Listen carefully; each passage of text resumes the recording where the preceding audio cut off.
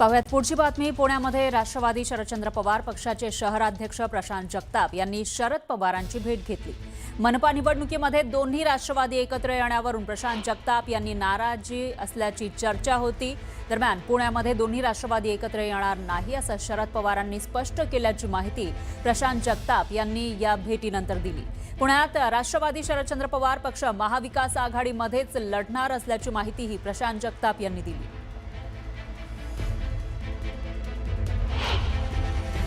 पुणे शहरातली महाविकास आघाडी म्हणूनची लढत कशी राहील किंवा एकूणच जर चुकीच्या पद्धतीने आघाडी झाली तर तशी कशी काही ना काही एकूणच निष्कर्ष निघू शकेल या संदर्भात एकूणच लेखाजोखा आदरणीय पवार साहेबांच्या समोर मी मांडला।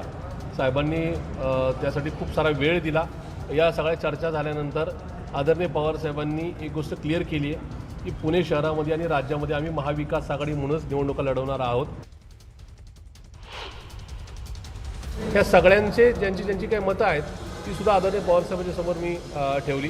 पण त्याहीपेक्षा कार्यकर्त्यांची जी नाही का मतं आहेत, जे इच्छुक उमेदवार आहेत किंवा ज्यांनी मागच्या काळामध्ये आंदोलनं बैठकांच्या माध्यमातून पक्ष जिवंत ठेवला अशा कार्यकर्त्यांची मतं व्यक्त केली। पवार साहेबांचा किंवा पार्टीचा वेगळा विचार नाही।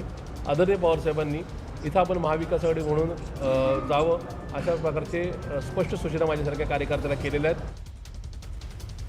यानंतर बातमी आहे नाशिकमधून। नाशिकमधील सिंहस्थ कुंभमेळ्यानिमित्त शहरामध्ये येणाऱ्या साधू संतांसाठी सरकारनं तपोवनात साधूग्राम तयार करण्याचा निर्णय घेतलाय आणि त्यासाठी जवळपास 1800 झाडांची कत्तल केली जाणार आहे। विरोधी पक्षांनी या प्रकरणी पर्यावरण प्रेमींच्या सुरात सूर मिसळलेला आहे आणि या वृक्षतोडीला विरोध केलाय। त्यामध्ये आता मनसेची सुद्धा भर पडली आहे। झाडं वाचवा, तपोवन वाचवा अशा आशयाचे बॅनर हातात घेऊन मनसे चित्रपट कर्मचारी सेनेकडून नाशिकच्या तपोवनात आंदोलन करण्यात आलं। महाराष्ट्र चित्रपट सेनेचे अध्यक्ष अमेय खोपकर आणि अभिनेते संतोष जुवेकर यांच्यासह मनसे पदाधिकारी आणि कार्यकर्त्यांनी जोरदार घोषणाबाजी केली आणि प्रस्तावित वृक्षतोडीचा निषेध केला। यावेळी खोपकर यांनी पाच पवारांचं नाव घेत सत्ताधाऱ्यांना खोचक टोला लगावला।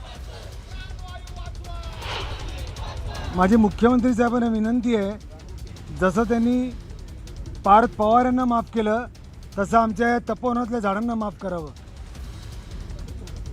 महाराष्ट्र नवनिर्माण सेना नाशिक शहर तपोवनातल्या एकही झाडाच्या फांदीला हात लावू देणार नाही। मोठं आंदोलन आम्ही छेडू। तर मनसेच्या आंदोलनावरून नितेश राणेंनी जोरदार पलटवार केला। हिंदुहृदय सम्राट बाळासाहेब ठाकरेंच्या मुशीत तयार झालेले आमचे राजसाहेब ठाकरे यांनी हिंदुत्वाचा धागा धरून अगर जास्त त्यांचं राजकारण केलं तरच बाळासाहेबांची छाप त्यांच्यामध्ये दिसणार आहे। बाळासाहेबांच्या विचाराचा वारसा ज्यांनी सोडला किंवा हिंदुत्वाशी जे लांब गेले त्यांची काय अवस्था झालेली आहे हे त्यांनी त्यांच्या घरातच पाहावं ना। आज उद्धव ठाकरेचं पतन किंवा उद्धव ठाकरेचा जो पक्षाची जी काय अवस्था झालेली आहे उभाटा नावाची, ती हिंदुत्व सोडल्यामुळेच आहे।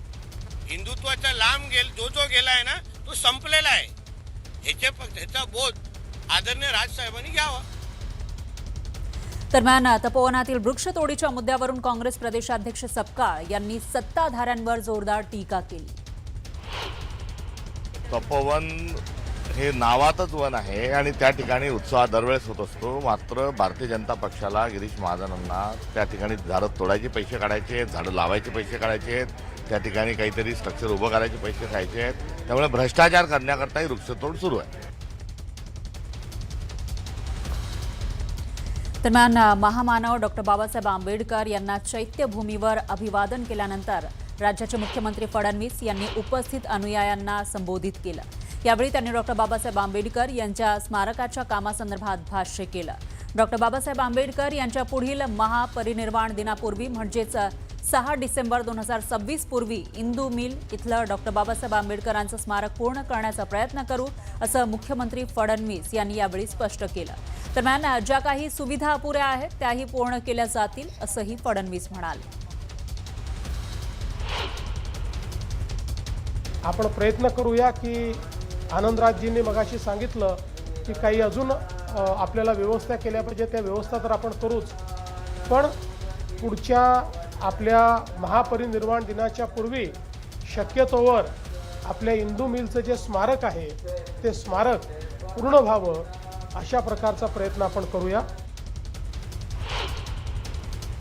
पाणी झाली आहे, पाणी केलेली लवकरात लवकर स्मारक व्हावं यासाठी सूचना दिलेल्या आहेत. अच्छा, तरी तर साधारणतः कधीपर्यंत होईल स्मारक? पुढच्या महापरिनिर्वाण दिनापूर्वी हां. व्हावं अशा प्रकारची आमची भूमिका आहे आणि कुठेही काही कमी पडणार नाही. तर राष्ट्रवादीच्या खासदार सुप्रिया सुळेंनी याच मुद्द्यावरून सरकारवर टीका केली. मला कळत नाही ते करण्यासाठी इंदू मिलची जी जागा दिली त्याच्यानंतर हे स्मारक करायला एवढा उशीर का होतोय याचं उत्तर मोठे मोठे रस्ते इन्फ्रास्ट्रक्चर प्रोजेक्ट्स यांचे होतात, पण हे स्मारक जे आपल्या सगळ्यांचं श्रद्धेचं स्थान आहे, आस्थेचं स्थान आहे, ते का पूर्ण होत नाहीये आणि त्याचं उत्तर खरं तर महाराष्ट्र सरकारला द्यावं लागेल.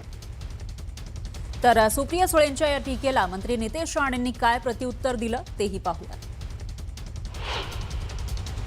काही लग्नामध्ये फार बिझी आहेत सगळ्यात. त्यांनी थोडा वेळ काढून आमच्या आदरणीय मुख्यमंत्र्यांचं आज सकाळचंच अगर भाषण बघितलं तर निश्चितपणे त्यांना कळेल की किती लवकरच आपला तो प्रकल्प कसा पूर्ण होतो हे त्यांना अंदाज येईल. तर इंदू मिलच्या कामामध्ये दिरंगाई का केली, अजून किती वर्ष वाट पाहायची, असा सवाल विजय वडेट्टीवार यांनी केला.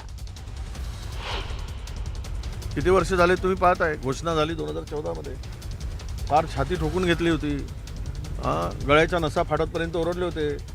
पण आता कुठे आहे ते? किती वर्षात, 11 वर्षामध्ये कुठे आलो होतं मी? किती टक्के काम झालं आहे, किती पैसे दिलेत, खर्च होत आहेत का?